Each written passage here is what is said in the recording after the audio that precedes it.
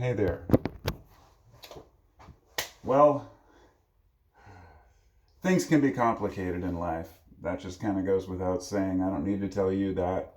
If you're any older than a teenager, then you've probably experienced plenty of complications in your life already.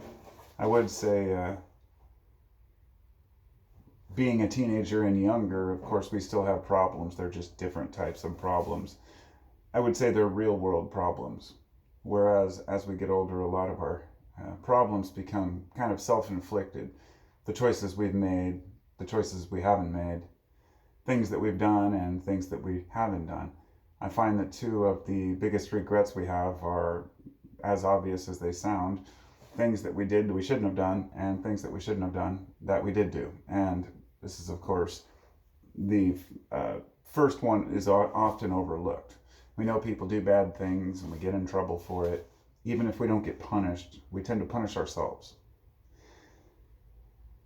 If you have any decent values and morals within yourself, honestly, this issue becomes extremely complicated when you start talking about society and expectations.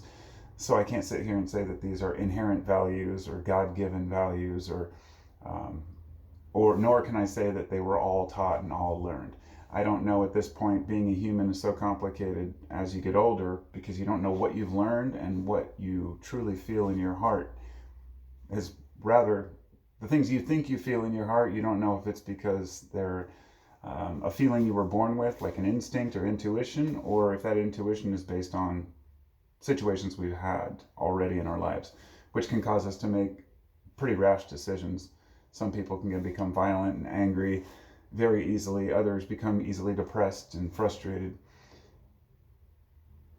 But I guess I wanted to say to give yourself a little bit of breathing room and space. It's easy to be self-critical. It's easy for us to put ourselves down because of the complicated things that we have to deal with in our lives. It's not always warranted.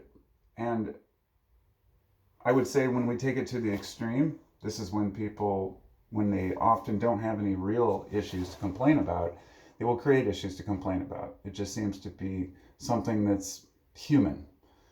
Like, even if a person's doing very well in life from the outside, they may be struggling internally. We don't know this. But often a person could be, let's put it this way: what does it mean to be anxious or depressed? What does it mean to have, quote, anxiety, or to feel guilty, feel bad about something?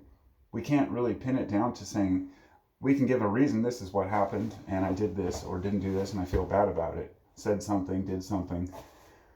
But really, we often don't analyze these things to see if they're really worth hating ourselves about. Or it's like a societal reflection. We say, when the average person does this, it's bad.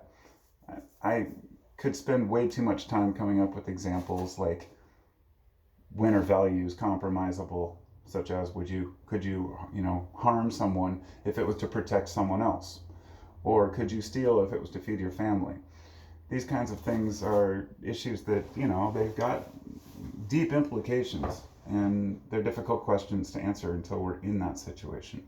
But I guess what I'm getting at is, we treat ourselves gently as much as possible without becoming arrogant or egotistical. And I don't think giving yourself a pat on the back or giving yourself space and saying, hey, I'm a good person, I don't think that's something that leads people to be arrogant or, condescending to others. I think it's just a way for us to pull ourselves up as much as we possibly can.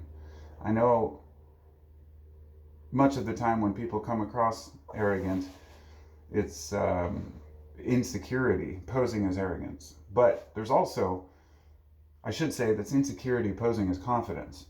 And that confidence, the lack of real confidence, comes across as arrogance and hubris. But the same thing happens with confidence. I consider myself a fairly confident person. Am I confident in everything I do? No, of course not. I just mean I feel like I can make confident and competent decisions in my life, which won't at least harm me. Now, I have plenty of issues I need to resolve. My, motivation levels, questioning my when I do work, I work hard, but I don't like to, work 60, 80-hour weeks. It's not about work for me. And then I ask, well, would I have better values if I wanted to work more hours? And it's because we're reflecting off of society, and that's kind of how we gauge ourselves. But to step back for a minute and say, where are you right now in your life? What have you done to, how have you treated others? What have you done to improve your life?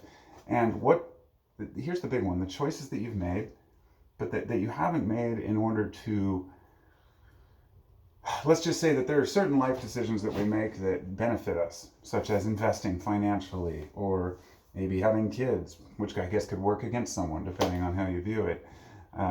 But the choices we make along the way, the small choices, can give us a good life. However, there are some choices that we just don't see, and some of these choices can be the ones that we don't make that we benefit from. Anyway, I'm going to go to lunch now, so just wanted to rant for a minute. I'll talk to you all next time. Peace out.